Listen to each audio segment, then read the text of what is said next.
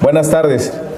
A ver, para informarles los acuerdos de la Junta, como habíamos adelantado la semana pasada, el día de mañana vamos a aprobar, hoy a las 5 las Comisiones Unidas de Justicia y de Hacienda van a dictaminar la Ley Federal contra la Delincuencia Organizada, la Ley de Seguridad Nacional, la Ley del Código Nacional de Procedimientos Penales, el Código Fiscal de la Federación y el Código Penal Federal, mejor conocido como facturación falsa y empresas fantasma. Hoy dictaminan, en caso de ser favorable, mañana en el Pleno estaríamos votando este tema. Y aquí esto es muy importante, ponerle punto final al huachicoleo fiscal. Evitar toda esta industria que creció en los últimos años para defraudar al fisco, defraudar a los mexicanos. En la cuarta transformación, todos debemos pagar los impuestos que nos corresponden, porque ahora sí los recursos públicos están siendo utilizados con austeridad y con transparencia. Entonces mañana se termina con el huachicoleo fiscal. Vamos a tener también la aprobación de 3 decretos. Una que es reformar, modificar el nombre del Instituto para la Administración de Bienes y Activos, y se le va a poner el nombre de lo que va a ser, Instituto para devolverle al pueblo lo robado. Mañana votamos para cambiarle este nombre y tener ya el nombre como debe de ser. También se va a abrogar el Estatuto de las Islas Marías, toda vez que el gobierno federal pretende dispuso de que deje de ser un centro de readaptación y será convertido en un área natural protegida. Por lo tanto, se va a abrogar el Estatuto de las Islas Marías. Y también hay una reforma para fusionar la Lotería Nacional. El organismo va a ser fusionado con pronósticos para la asistencia pública. Aquí aclarar que la lotería va a seguir existiendo, su sorteo, el nombre de la Lotería Nacional también, simplemente administrativamente se va a fusionar con pronósticos deportivos. Eso va a ocurrir el día de mañana. 3 dictámenes de la Comisión de Gobernación, Instituto para devolverle al pueblo lo robado, la abrogación del Estatuto de las Islas Marías y el dictamen en materia de Lotería Nacional, además de facturación falsa y empresas fantasma. El miércoles vamos a tener la comparecencia del secretario de Salud y el jueves vamos a tener todo el paquete fiscal. Ley de impuestos sobre la renta, ley de impuesto al valor agregado, la ley del IEPS, ley de ingresos sobre hidrocarburos, ley federal de derechos, código fiscal de la Federación y ley de ingresos. Todo el paquete de ley de ingresos se aprobará este jueves 17. Esos son los temas pendientes. Quiero comentarles también que el día de mañana se va a presentar un punto de acuerdo en donde vamos a exhortar al Ejecutivo Federal a hacer público el Censo para el Bienestar. La política social ya cambió en este gobierno. Los apoyos de los programas para el bienestar llegan directamente a la ciudadanía, llegan directamente a los beneficiarios. Por lo tanto, creemos muy factible que se pueda hacer público el padrón de beneficiarios. Por supuesto, apegados a las restricciones que marca la protección de datos personales de las personas beneficiarias, pero sí lo que ha hecho el gobierno de la República hay que reconocerlo con esta nueva política social que atiende a un criterio de derechos sociales, que terminó con toda la intermediación política que había de grupos y de asociaciones para lucrar con los programas sociales. Eso se terminó. Por lo tanto, para blindar estos programas sociales y evitar cualquier tentación de manipulación política, le vamos a pedir al presidente de la República que haga públicos los censos del bienestar. Y también hemos revisado la propuesta de presupuesto de egresos 2020 en relación a la política social, y no hay una actualización de lo que es la pensión de adultos mayores. No se le agrega la inflación. Entonces es muy importante que a la política social se mantenga su poder adquisitivo, que se mantenga en términos reales. Por eso vamos a hacer una propuesta en el presupuesto, se los adelanto, para el presupuesto 2020, que la pensión de adultos mayores y la pensión para personas con discapacidad tengan una actualización en términos de inflación, para que no vaya perdiendo su poder adquisitivo. Entonces sí, tenemos un cálculo que aproximadamente necesitaríamos incrementar el programa de pensión para adultos mayores y la pensión para personas con discapacidad. Nos faltan alrededor de 8,000 millones de pesos. Entonces, adelantamos que parte de las prioridades que vamos a establecer en el grupo parlamentario de Morena para el presupuesto 2020 es la actualización por inflación de la pensión de adultos mayores y la pensión para personas con discapacidad, para que mantengan su poder adquisitivo. Entonces, así vamos cuidando la política social, los programas de bienestar de este gobierno. Por un lado, darle su blindaje para que no sea utilizado nunca más con fines políticos, que sea transparente, que se publique el censo del bienestar, y al mismo tiempo lo blindamos desde el punto de vista económico, garantizando que crezca como crece la inflación, para que no pierda en términos reales su poder adquisitivo. Tenemos como prioridad en la bancada de Morena blindar política y económicamente los programas del bienestar. A sus órdenes. Señor diputado, buenas tardes. ¿Tienen contemplado en la abrogación de lo de las Islas Marías el hecho de que se quedan totalmente al arbitrio de todos los depredadores, sobre todo de Japón, que vienen? Ese es un litoral y esa es la zona toda que es riquísima en pesca. Entonces, uno sí tomaron en cuenta esto, todo el pirateo que hay de las grandes naciones, por un lado.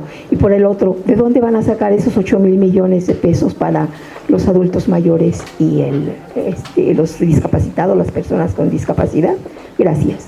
Bueno, la idea con las Islas Marías es que se convierta en un área natural protegida, por lo tanto tendrá esa vigilancia para que no vaya, es decir, no se va a abandonar las Islas Marías, sino que se tendrá un mejor cuidado, porque ahora será un área natural protegida y ya no un centro de readaptación como se tiene hasta el momento. Y respecto de lo que nos faltaría para completar la actualización de los programas sociales, es parte de lo que estamos revisando en la ley de ingresos. Puede ser, por un lado, mayores ingresos, o por otro lado puede ser reasignación dentro del mismo proyecto de presupuesto que nos ha mandado el presidente de la República.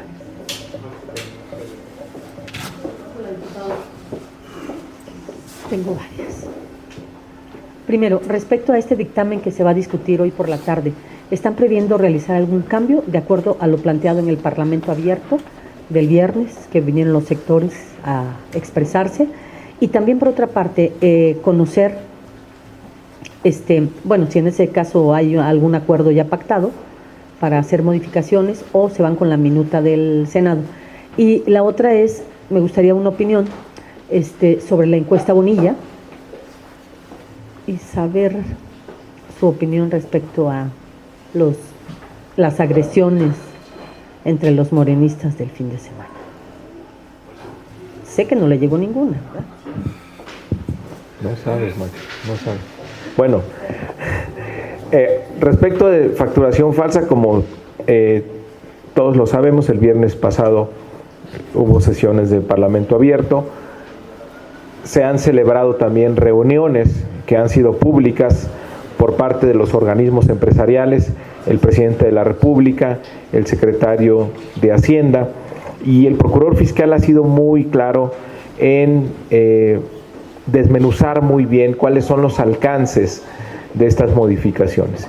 Y contrario a lo que se pretende hacer creer, no es una iniciativa que va en contra de la actividad empresarial, no es una iniciativa que va dirigida a los empresarios. Por el contrario, aquellos empresarios que pagan puntualmente sus impuestos, que son la mayoría, hay que decirlo, en el país, que son empresarios responsables desde el punto de vista social, desde el punto de vista fiscal, ellos no tienen absolutamente nada de qué preocuparse. Inclusive, si se cometiera algún tipo de error involuntario por parte de la contabilidad de la empresa o demás, eso no quiere decir que van a ser llevados a la cárcel estos empresarios. No, lo que se sanciona aquí es una conducta deliberada, planeada para defraudar al fisco. Aquellas empresas que no tienen ninguna otra actividad más que estar dando facturas falsas, estar simulando, empresas cuyo representante legal pues ya desapareció o es imposible localizar, o domicilios que no existen. Lo que se pretende sancionar es esa evasión fiscal que se está haciendo, ese robo que se está haciendo a los mexicanos. Entonces no hay que preocuparse, los empresarios responsables de nuestro país no tienen nada de qué preocuparse, ni siquiera por confusión ellos serían sancionados. Se va a actuar contra aquellos que están de manera deliberada, como delincuencia organizada, han hecho de esto un enorme boquete fiscal que podría llegar incluso hasta 2 puntos del PIB. Esto se está acompañando, recuerden, de una reforma constitucional donde el presidente de la República dijo: yo ya no quiero tener más esa facultad discrecional de condonar impuestos. Si se está fomentando una nueva cultura fiscal en el país, donde todos paguemos lo que nos corresponda, no haya defraudación fiscal, y al mismo tiempo se está haciendo el gobierno está siendo muy responsable, gastando de manera más transparente, más austera y dedicando los recursos a donde más tiene impacto, como son los programas sociales o los proyectos de infraestructura. No, de lo que hemos revisado, digamos, había más percepción que realidad. Una vez que se va a detallar los textos, los miedos o preocupaciones que han manifestado algunos empresarios no tienen sustento. Es decir, está bien hecha la iniciativa, hizo muy buen trabajo el Senado de la República y nosotros la vamos a impulsar hacia adelante sin cambios. Respecto a lo que sucedió en Morena, creo que tienen que investigarse, respecto a los hechos que ocurrieron en las asambleas distritales, creo que deben de ser investigados. Me parece que ahí hay la mano externa queriendo desprestigiar al movimiento. Hay que cuidar mucho a Morena entre todos, hay que ser muy responsables y hacer un llamado a las autoridades donde hubo actos de violencia que sean debidamente investigados. Pues dependiendo mira, los casos de Jalisco, pues se ve seguramente que es la delincuencia quien pretende desprestigiar a nuestro movimiento. La encuesta Bonilla, pues es un ejercicio que convocó el Congreso del Estado. O sea, ellos tienen la posibilidad de hacer eso. Finalmente es el Congreso de un Estado libre y soberano. Hay que recordar que esa consulta pues no tiene ninguna consecuencia jurídica, y como dijo el presidente de la República el fin de semana, el asunto de Baja California lo va a tener que resolver la Suprema Corte de Justicia. Gracias, buenas tardes. Diputado, quisiera preguntarle sobre esta nota que aparece, desde el fin de semana y hoy también, sobre los puestos moches que habrían financiado la campaña de Peña Nieto y que salió pues de las arcas de Pemex, toda una estrategia ahí que vincula a funcionarios de esa paraestatal y obviamente tiene un enfoque también electoral, ¿no? Puesto que al parecer se financió así la campaña de Peña Nieto en 2012. Y por otro lado, sobre el asunto de Morena, si usted cree, como lo expresó la la dirigente Polevsky, que es momento de suspender ya ese proceso en lo que toca a que estos congresos distritales sí tengan incidencia en la elección de la dirigencia y proceder ya a un acuerdo político como lo han pedido ustedes, para que sea vía encuesta como se defina la dirigencia. Porque bueno, todavía faltan varios fines de semana en los que habrá congresos distritales y pues podrían seguir las problemáticas que reconoce la misma Comisión de Honestidad, tienen que ver también con el padrón interno. Gracias. Bueno, respecto de los moches, pues yo creo que a nadie le extraña. Hay que recordar que durante la administración del presidente Peña se crecieron los moches.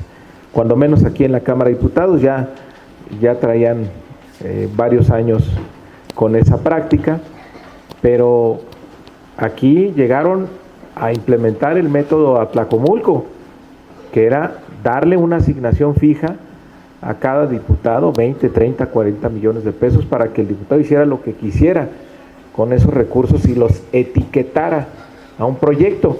Por eso vimos diputados de Michoacán apoyando proyectos en Coahuila o en Baja California, diputados de Yucatán aprobando proyectos de Jalisco o de Chihuahua, en fin, se perdió ahí cualquier relación entre el destino de los recursos y el estado del cual provenía el diputado, porque había pues claramente ahí moches que compraban esas asignaciones a los diputados.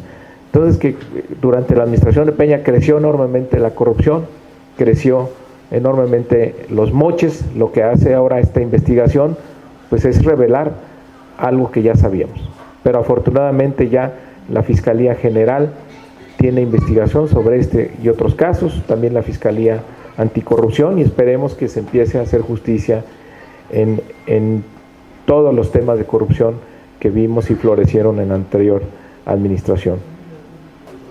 Respecto de suspender el proceso, bueno, la presidenta del partido ha hecho un llamado aparentemente a suspender el proceso a partir de la evaluación que ella ha hecho de las asambleas de este fin de semana y de una denuncia que ha hecho de manera consistente sobre el padrón.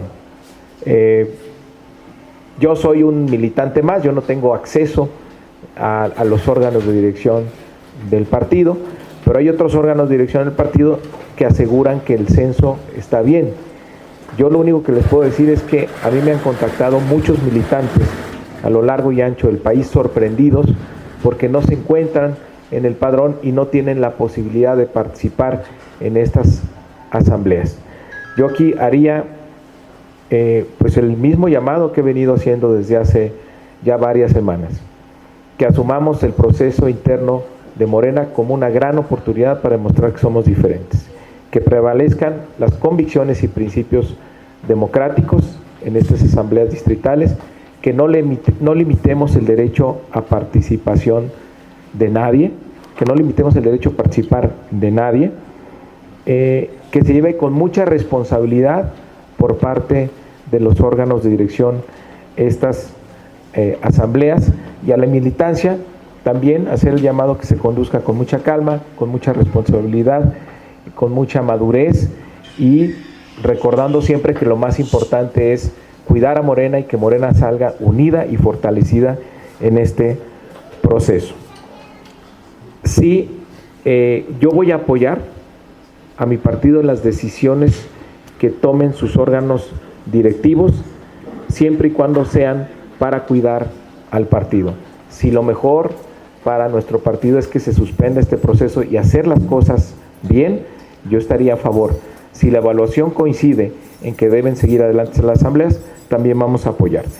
Y espero que los órganos de dirección también apoyen al presidente de la República en la recomendación clara y puntual que hizo de resolver el asunto de la dirigencia a través de unas encuestas.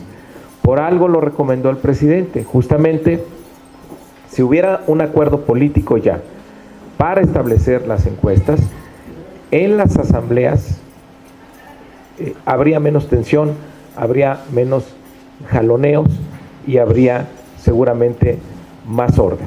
Entonces, hay que hacer una evaluación muy precisa de este proceso, porque el objetivo no es que haya un ganador o ganadora, sino que el proyecto de la transformación prevalezca y el proyecto de nuestro partido salga ampliamente favorecido y unido.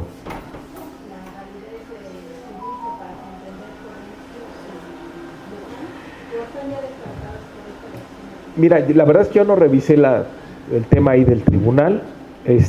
Lo que sí sé es que ha habido mucha confusión, muchas interpretaciones por parte de la Comisión de Honestidad y Justicia.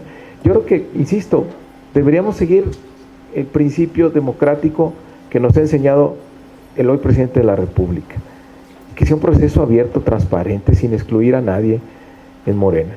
No tenemos por qué andar recurriendo a retorcer los estatutos o la ley o recurrir al tribunal para ver si participan unos o participan otros. No hay que sacar a nadie a la mala o estar dando interpretaciones que beneficien a unos o a otros. Hay que ir de manera abierta, transparente, hagamos la encuesta que nos recomendó el presidente y demos ejemplo de prácticas democráticas en nuestro partido. Insisto que aquí lo importante no es que resulte un ganador o ganadora, sino que el partido termine unido y fortalecido para impulsar el proyecto de la Cuarta Transformación. Buenas tardes, diputado. Preguntarle sobre este hecho que ocurrió en Aguililla, Michoacán, esta mañana, sobre todo porque se da momentos después o horas después de que en la conferencia de prensa del presidente pues se presentaron los resultados en materia de seguridad. El secretario de Seguridad dijo que si bien no hay nada que presumir, pues sí hay avances, y luego la secretaria de Gobernación asegura que este tipo de hechos ocurren todos los días.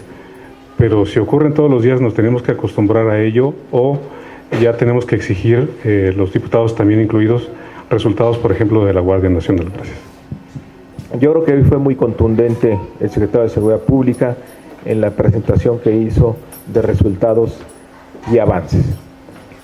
Hay un esfuerzo extraordinario del Gobierno de la República por conformar a pasos apresurados la Guardia Nacional. Hay que recordar que esta policía de alcance nacional no existía hace apenas algunos meses. Apenas unos meses después tiene 58,000 elementos, llegará a 120,000 en el 2020 y hay también una muestra por parte del presidente de la República de que la seguridad de los mexicanos es su máxima prioridad. Todos los días se levanta a las 5 de la mañana y la primera actividad que tiene es revisar con el Gabinete de Seguridad los avances en esta materia. Es mucha la descomposición en la que se recibió a este país, especialmente en materia de seguridad. Tuvimos por lo menos 15 años de indolencia criminal por parte de los anteriores presidentes que dejaron crecer esta ola de criminalidad y violencia. Entonces está claro que no se puede revertir de la noche a la mañana, pero lo que sí está muy claro también es la determinación del presidente de la República por cambiar estas condiciones a la brevedad. Es lamentable y muy preocupante los hechos que se registraron hoy en Michoacán y estamos seguros que va a haber una reacción muy pronta y una investigación para ver exactamente qué ocurrió y quiénes fueron estos grupos que atentaron y emboscaron a los policías en Michoacán. ¿Qué tal, diputado? Preguntarte sobre este tema. Si bien es cierto que todas las mañanas el presidente se levanta con esta preocupación, pues también es cierto que todos los días le matan 20, 30, 40, 50 personas en el país. ¿Esto no sería ya momento de que el Congreso llame a cuentas al responsable, es decir, al secretario Arturo Durazo? La segunda tiene que ver con el asunto de la elección en Morena. Hablabas acerca de que en algunos lugares es externo, bueno, de que todo fue externo y en algunos lugares como Jalisco mencionaste al crimen organizado. ¿Son muchos enemigos para Morena? ¿Son tanto los enemigos que buscan descarrilar esta elección interna desde el exterior? Y si es así, ¿no sería prudente que lo sellaran, que le pusieran cámaras de videovigilancia, que vieran quiénes son los que están haciendo estas maldades en contra de un partido democrático? Y la tercera, si habría necesidad pues de instalar estos arcos de seguridad para evitar que llegaran personas armadas y pudiera registrarse algún hecho violento de consecuencias graves. Y la última tendría que ver con lo de Aguililla, pues que lo de Chiapas, en donde la Guardia Nacional es empleada para retener a la caravana migrante. Si esa es la actividad que va a hacer la Guardia o si de verdad va a combatir al crimen organizado. Muchas gracias. Bueno, respecto a la primera pregunta, tenemos contemplada la participación en la Cámara de Diputados, la comparecencia del secretario de Seguridad Pública, Alfonso Durazo, el próximo 31 de octubre. Ya está programado, está citado, se trata de intercambiar, hacer una evaluación de cómo va el tema de la seguridad. Está claro que por parte del Congreso nosotros cumplimos en darle al gobierno las herramientas, la Guardia Nacional, para que el Estado tenga una mejor capacidad de respuesta ante la ola delictiva. El 31 aquí haremos una evaluación con el secretario de Seguridad Pública. Pues vamos a ver, mira, no se trata de hacer reproches o no, se trata de ver cómo ayudamos a que la situación mejore. Estamos muy conscientes aquí en la Cámara y en el Grupo Morena del país que nos dejaron. Así lo dijimos desde el 1 de septiembre del 2018, ¿no? Respecto a los enemigos de Morena, a ver, el proceso de transformación no ha terminado en nuestro país. Es una lucha de todos los días. Y está claro que hay fuerzas que no les gusta el cambio que estamos viviendo. Hay intereses, hay grupos, hay resistencias que durante muchos años se fueron formando, complicidades que son difíciles de romper, pero la transformación ahí va avanzando. Entonces, claro que intentarán vulnerar el proceso de transformación por donde sea. Ahora el proceso de renovación de Morena puede ser visto por algunos grupos externos como un intento para desprestigiar al movimiento.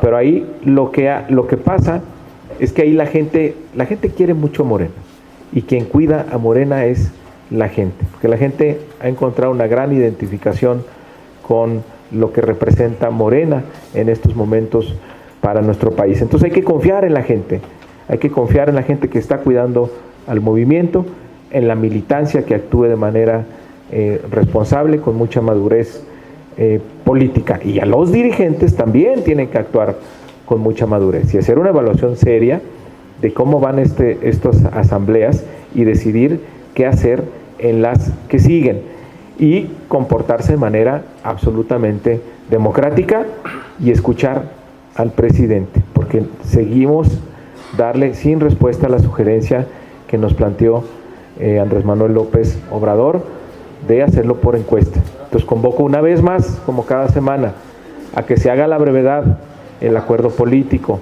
a que se pacte el marco técnico de la encuesta, quién la realizaría, qué fechas, quiénes participarían y cómo se procesaría su resultado en el Congreso Nacional de noviembre.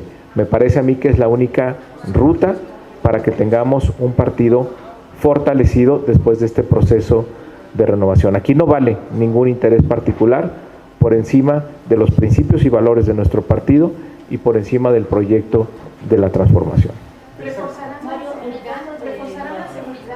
Morena cuida a la gente. En algunas zonas donde... Por ejemplo, para identificar a estas personas, si ustedes pueden señalarlos, los actos de seguridad de las cámaras de vigilancia. Yo creo que no es necesario. Morena cuida a la gente. Seguramente habrá zonas muy complicadas en nuestro país. Hay que ser muy cuidadosos ahí en el lugar que se selecciona para hacer las asambleas. Por supuesto que tiene que haber con una coordinación con la autoridad correspondiente para garantizar la seguridad de la militancia. ¿Se les filtraron al padrón? ¿Se les filtraron gente al padrón? No lo sé, mira, yo soy un simple militante más, yo no tengo elementos para poder evaluar al padrón. J. Cole dice que no tiene garantías del padrón, hay otro grupo que dice que el padrón es impecable. Yo lo único que puedo ver es lo que a mí me dice la militancia, que hay muchos decepcionados de que no se encuentran en este mecanismo de checar en la página de internet y verificar si eres militante o no. Sí, yo ya estoy. Sí. No, yo no estoy diciendo que el narcotráfico se quiera meter en Morena. El crimen organizado no solo es narcotráfico, si mañana vamos por el crimen organizado que tiene la facturación falsa, todo eso es crimen organizado. Bueno, por el nivel de violencia armada.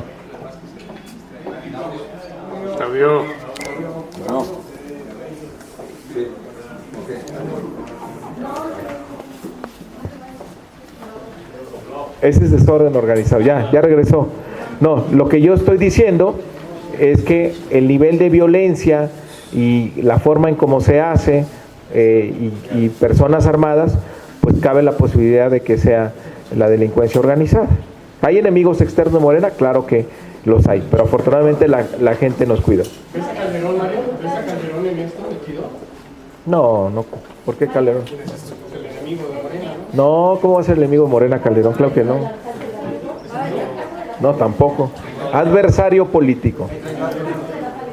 Moralmente derrotado, por cierto. Mario, en el caso de las agresiones a las Fuerzas Armadas, ¿no les preocupa que todos los días en Chiapas, en Michoacán, en Veracruz, los matan, los golpean? Vimos aquí en la Ciudad de México apenas como un grupo de ambulantes agredieron a la Policía Federal. No pasa nada, no hay un responsable. ¿Qué están haciendo ustedes para evitar esto? Pero somos diputados. ¿Cómo? Pues ¿cómo? ¿Qué vamos a hacer? ¿Los diputados? No, por supuesto que no. Claro que es muy preocupante e indignante también, pero confiamos en nuestras autoridades. Gracias.